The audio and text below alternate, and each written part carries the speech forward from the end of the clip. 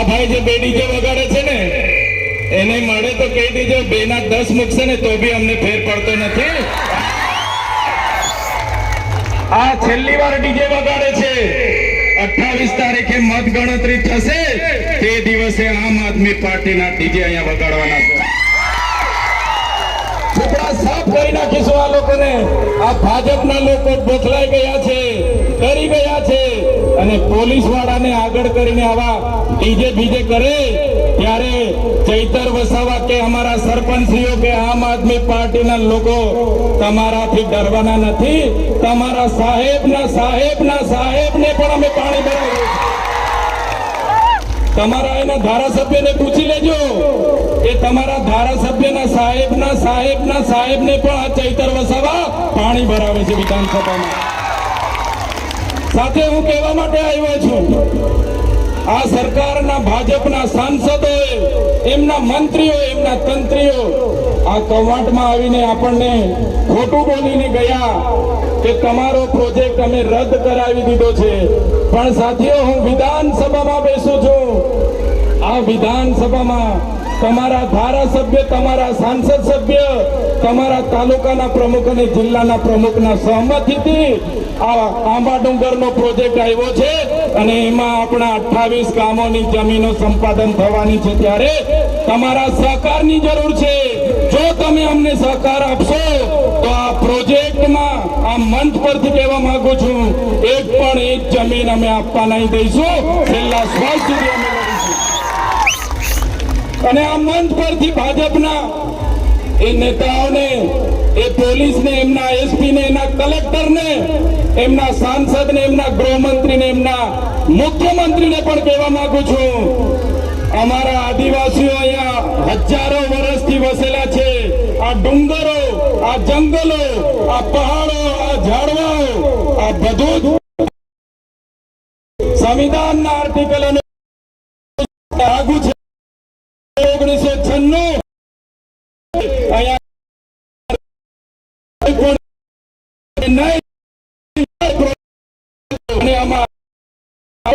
કોશિશ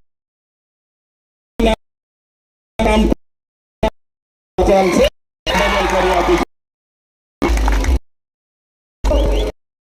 નાના ઉમેદવારો પોલીસને મોકલે છે,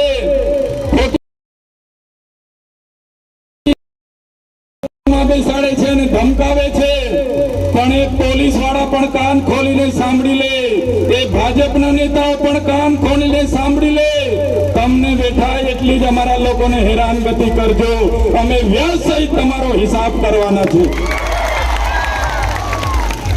ત્યારે આ ભારતીય જનતા પાર્ટી બોખલાઈ ગઈ છે. આ એ વખતે છેલ્લો ગરબો એમના ઘરે જવાનો છે એટલા માટે.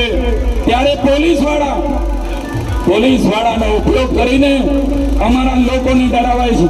ત્યારે આ છોટાઉદેપુરના એસપી, એમના ડીવાયએસપી, એમના પીઆઈ, પીએસઆઈ એમને કહેવા માંગુ છું, તમને એટલી બધી રાજકારણની શોખ હોય તો વર્દી ઉતારીને ભાજપનો કેસ પહેરીને આવો મેદાનમાં. કેટલા બી એ વર્દી અમારી સામે નથી.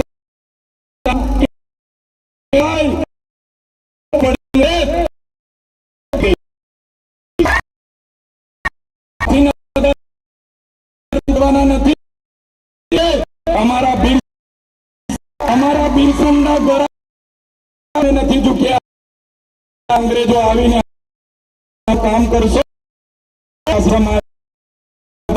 તમારા જેવા સામે પણ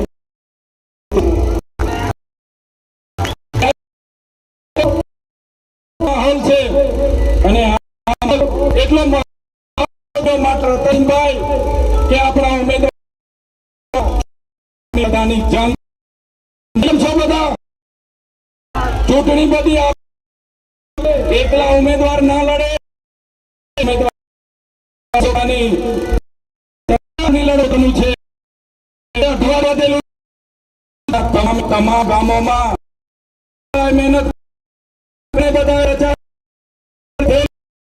આપણે લડવા સામે લડવા વાળા સાંભળ્યું છે મારા દિવસોમાં તાલુકા પંચાયત